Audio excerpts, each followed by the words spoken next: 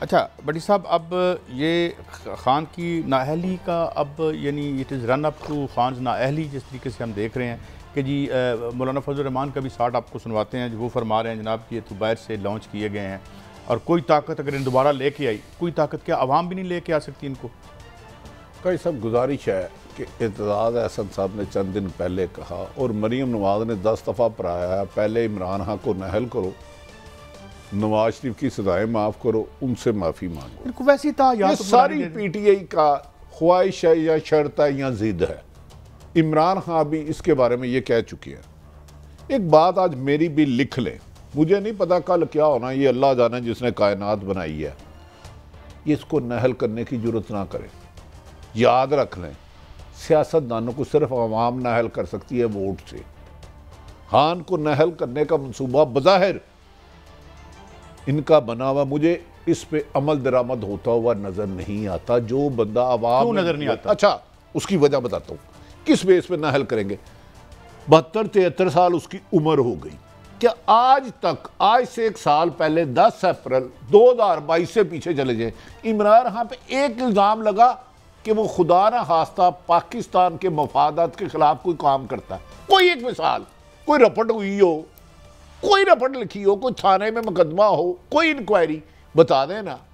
یہ جو کچھ ہوا یہ 13 ماہ میں ہوا۔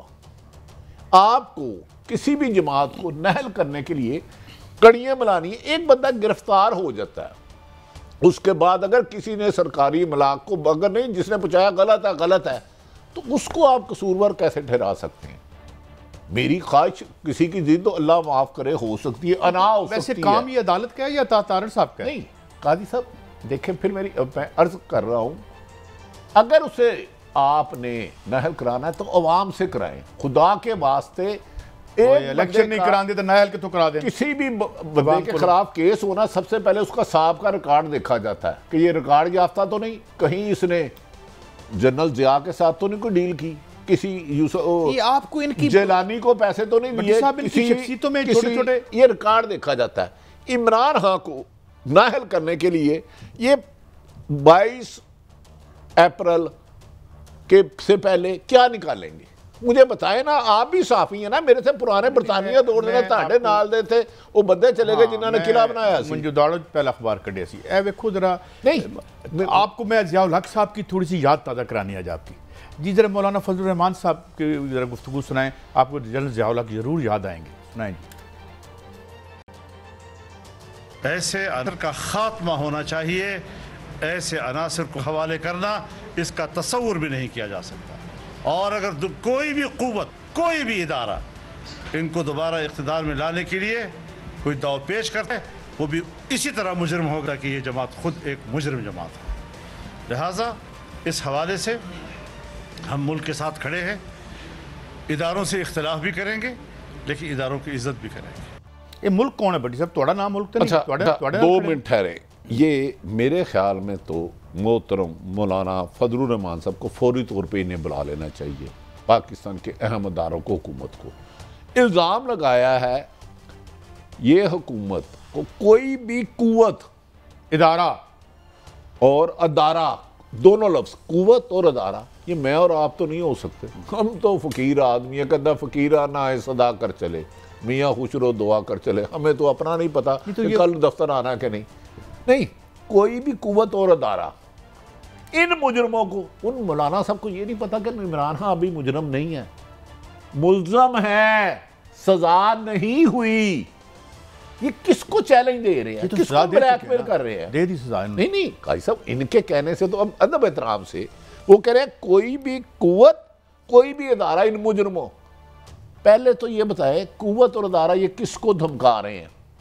یہ وہی مولانا صاحب نے جب نیب نے بلایا تھا تو انہوں نے کہا تھا کہ ہم فلاں جگہ کریں گے، دھرنا دیں گے۔ ایک لاہور ٹھوکر نیب نے کسی کو نے بلایا تھا تو پتھراؤ کیا تھا، نیب والے دروازہ بند کر کے بھاگ گئے تھے، وہ بھی سرکاری عمارت تھی، فار یور کائنڈ انفارمیشن، بھاگ گئے تھے، 2 لوگوں کو چوٹیں لگی تھی۔ قاضی صاحب لہذا ٹاک شو میں میرا کام نہیں ہے میں کسی کو مجرم بناؤں، قطعاً بالکل بھی نہیں ہے۔ ہاں کیس چلے گا، پروف ہوگا، اگر عدالتیں کمپیٹنٹ اتھارٹی کرتی ہیں تو اس میں عمل درآمد ہونا چاہیے. لیکن کیا عمل درآمد ہو؟ یہ تو خود کہتے رہے کہ جی اگر مجھے نہیں، بلایا یہ گیا. قوت اور ادارہ کس کو کہہ رہے ہیں کہ اگر ان کو لایا دو. مجھے سمجھ میں نہیں آ رہی ان کو مولانا کو کون لایا. یہ تو میری اطلاع کے مطابق 2018 اگر کوئی لاتا ہے تو ان کو لے کے آیا ہے بڑی صاحب. اگر کوئی لے کے آتا ہے بقول ان کے تو قاضی صاحب میری آپ تھوڑی سی تسلی سے جواب، مجھے صرف آپ 2 منٹ دینے. آپ نے 2018 میں الیکشن ہوئے، اس وقت کے آرمی چیف اور ڈی جی سے استعفے مانگے گئے، یہ بھی صاحب تھے اس میں. اب بینیفیشرین حالات کا کون ہے؟ اپنے حلقے سے یہ الیکشن ہار گئے علی امین گنڈا پور سے. ٹھیک، ایم آئی رائٹ؟ ہارنے کے باوجود ان کا سمدی گورنر کے پی کے بیٹا وزیر اور 10 سے 15 آسائشیں، یہ تو اس نظام کے بینیفیشری ہیں 2018 کے الیکشن کے، جہاں انہیں عوام نے شکست دی ہے. اور آپ اس جماعت کو کہہ رہے ہیں جو بظاہر بادی النظر میں اس وقت مقبول ترین جماعت ہے. ہاں، اس کے کسی آدمی نے بھی ماورا آئین قائم کیا ہے، قانون کی خلاف ورزی کی ہے، اسے وہی سزا دے جو قانون میں لکھا ہے. وہ کسی ہمدردی کا مستحق نہیں. لیکن مولانا صاحب، آپ کو یہ کس نے اختیار دے دیا کہ آپ قوتوں کو بھی بدنام کرے، اداروں کو بھی بدنام کرے، اور ایک بندہ جسے پکڑا ہے، جس کا بھی ٹرائل شروع نہیں ہوا، اسے پہلے دن ہی مجرم آپ نے ڈکلیئر کر دیا.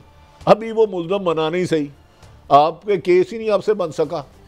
قاضی صاحب کیا ہے، آپ کیا سمجھتے ہیں؟ اور سنیے مولانا صاحب کی نہیں، ان کی خواہش پوری کوئی کرے گا؟ مجھے یہ بتائے نا. نہ ہاتھ باغ پر ہے نہ پا ہے رکاب میں. اللہ تعالیٰ ہمیں بہتری کی طرف لے جائے. مگر یہ ذرا مولانا صاحب کا ایک سوال اور. عمران خان پاکستانی سیاست کا ضروری عنصر ہے. اس کو انجیکٹ کیا گیا ہے، بیرونی قوتوں نے انجیکٹ کیا ہے، بیرونی لابیوں نے اس کو انجیکٹ کیا ہے. یہ سرے سے پاکستانی سیاست کو جانتا ہی نہیں ہے. یہ بین الاقوامی ایجنڈے کی تکمیل کے لیے پاکستان کی سیاست میں انجیکٹ کیا گیا ہے. اس کو نکالنا ہے. یار الیکشن کی نام لیتے ہیں تو یہ دڑکی لگا جاتے ہیں اور کہتے ہیں کہ یہ لیڈر ہی نہیں ہے. قاضی صاحب، بقول مولانا صاحب کے غیر ملکی طاقتوں نے انجیکٹ کیا. ٹھیک، 1996 میں عمران خان نے تحریک انصاف بنائی تھی. یہ کیسی غیر ملکی طاقتیں ہیں کہ اس کو اقتدار میں لانے کے لیے انہیں 20-22 سال لگ گئے. 18 میں آئے نا تو 96 میں بنے. تو یہ جو مولانا صاحب ہیں، اب کون کس کو اقتدار میں لایا ہے یہ کہانی پھر صحیح. اچھا ایک بڑی دلچسپ اب بھی ہے خبریں بڑی ہیں، کیونکہ پاکستان میں قبریں بھی بڑی ہیں، اس لیے اللہ سے اللہ تعالیٰ معاف کرے. اچھا، یہ بڑی صاحب ایک بڑی دلچسپ آپ کو شارٹ سنواتا ہوں، کیونکہ یہ تو باہر سے انجیکٹ ہو گئے ہیں اور بالکل پاپولر لیڈر نہیں ہیں. مگر پاکستان کے سب سے پاپولر لیڈر کے بارے میں ان کے جو دست راست ہیں وہ کیا فرما رہے ہیں. جناب خواجہ آصف صاحب سنیے گا. بڑی صاحب، یہ جو اندر سے لیڈر انجیکٹ ہوئے ہیں وہ 100 بندہ بھی اکٹھا نہیں کر سکتے. یار، یہ وہ جماعت کے جو مولانا ضیاء الحق سے لے کر آج تک، ضیاء الحق کب آئے کب گئے وہ تو آپ کی جوانی کی بات ہے، 23 تک ہیں. کہہ رہے ہیں 100 بندہ بھی ہمارے وزیر اعظم پہ نہیں آ سکا، 100 بندہ بھی باہر نہیں آ سکا. اس شخص کی حکومت کیسے بن گئی جس کے لیے ایک 100 بندہ اقتدار میں جانے کے بعد آ چکا؟ کون تھا اس کا سہولت کار؟ کوئی تو ہے. تو یہ شمع جلا رہا ہے بجھی ہوئی، یہ بغیر دیوے کے تیل کے دیا چلا رہا ہے. یہ تو اعتراف کر رہے ہیں آپ کے دوست قاضی صاحب. اچھا، یہ وہ تو نہیں ہے جن نے کہا تھا کہ میں الیکشن ہار ہوں اور 2 بجے میں نے فون کیا تو اگلے دن میں جیت گیا؟ یہ وہ تو نہیں ہے. وہی نہیں، وہ کیسے ہو سکتے ہیں؟ بٹی صاحب، بات پتہ کیا ہے، ان کو میڈیا میں شخصیات تعمیر کر کے مسلط کی گئی مارشل لاء میں. ورنہ یہ کون تھے؟ کوئی بینک میں کلرک تھا، کوئی کلرک ہونا بری بات نہیں. میں کہتا ہوں دکان ریڑی بھی لگانا رزق حلال کمانا عبادت ہے. حرام کے اربوں روپے سے رزق حلال کا ایک وقت کا اچار اور روٹی جنت ہے. رزق حلال اللہ تعالیٰ نے عبادت قرار دی ہے. حلال عبادت ہے، رزق حلال عبادت ہے. حرام خربوں بھی کھا لو تو حرام ہی ہے. لیکن بڑی صاحب، ان کو کیا نوکریوں کی ضرورت ہے ویسے؟ اگر یہ بھائی صاحب آپ بتائیں، اب میں بہت ساری ڈیفینسو ہو کے کر رہا ہوں. ضد کسی کی ہے عمران خان نہ لو، ضد خواہش کسی کی ہے عمران خان کی حکومت پر پابندی لگے. اس کا اظہار بھی بارہا دفعہ کر چکا ہے. کیا جو موجودہ سناریو ہے جس میں اکانومی ان سے نہیں سنبھل رہی، دہشت گردی پھر سر اٹھا رہی ہے، سیاسی عدم استحکام ہے. آئی ایم ایف آپ کو قرض نہیں دے رہا, ملک ڈیفالٹ ہونے کے قریب ہے. یہ آپ اب ایسے میں اصل موضوع پہ آ گئے ہیں. ایسے میں یہ دکھا دیں عمران خان جیسے مقبول لیڈر کو یا اس کی جماعت کو کیا نہل کرنے کا یہ رسک یہاں مطلب ہے, میں نہیں سمجھتا کہ کر گزریں گے. بڑی صاحب یہ میں نے آپ کو پڑھوانا ہے. Pakistan default risk grows as Khan arrest میں delay I M F deal Bloomberg. یہ بڑا ایک اشاعتی ادارہ ہے اور اس کا بڑا ایک کریڈیبلٹی بھی بتائی جاتی ہے کہ ایک طرف $3 بلین چاہیے اچھا گل سنو, جون تک. میں تاڑے کارو چوبے چوری کرتے پھڑیا گیا بلومبرگ کا, اگر کریڈیبلٹی ہے میری نہیں ہے. میں نے ایک سوال کیا میں تھا آپ سے نہیں, میں آپ وقت کم ہے. یہ بہت بڑا ٹاپک ہے بڑی صاحب. یہ اصل میں ہمارا میک اینڈ بریک ہونا ہے یہاں پہ اس ملک کا. اس کا میں ایک مختصر جواب دوں گا. نہایت قابل احترام اکانومی کے ایکسپرٹ ڈاکٹر اشفاق حسن صاحب ہم نے پروگرام خبر ہے GNN پہ لیے تھے. انہوں نے فرمایا تھا کبھی پاکستان ڈیفالٹ نہیں ہو سکتا جب تک کہ یہ خود نہ کرنا چاہے. بس اس کا جواب یہ ہے.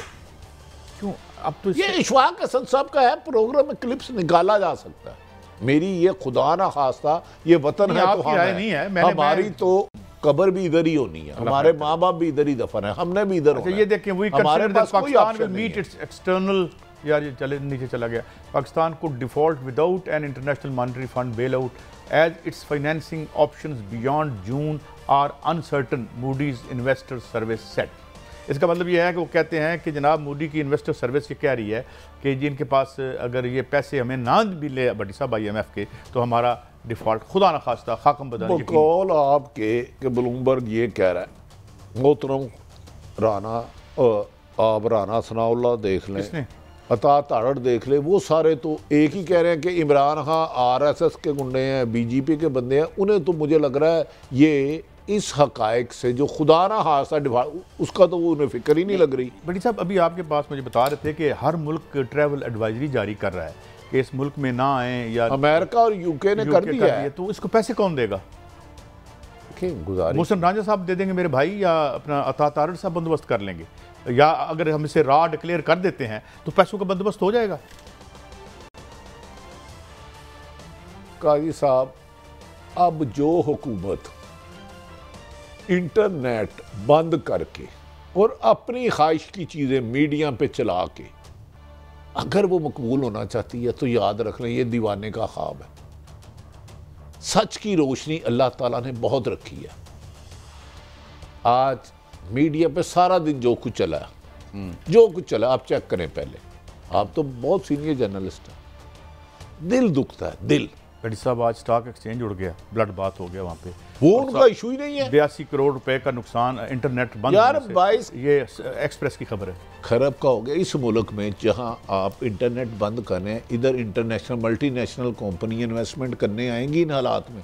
صرف یہ میری رہنمائی فرمائے. ایک طرف ڈیفالٹ کی خبریں, ایک طرف انٹرنیٹ نہیں ہے, دوسری طرف آپ اپنے اداروں کی حفاظت نہیں کر پا رہے. آپ کے ملک میں انتشار ہے, 13 جماعتیں ملائی ہوئی ہیں, وہ کسی کو RS کر رہی ہے, کسی کو برا کر رہا ہے, کوئی کسی کو برا کہہ رہا ہے. ان حالات میں انٹرنیشنل انویسٹمنٹ ہوگی پاکستان میں. شارپ کلوزنگ ہے, ہمیں ہوش کے ناخن لینے پڑیں گے. ملک ہمارا ہے, ہم نے یہیں رہنا.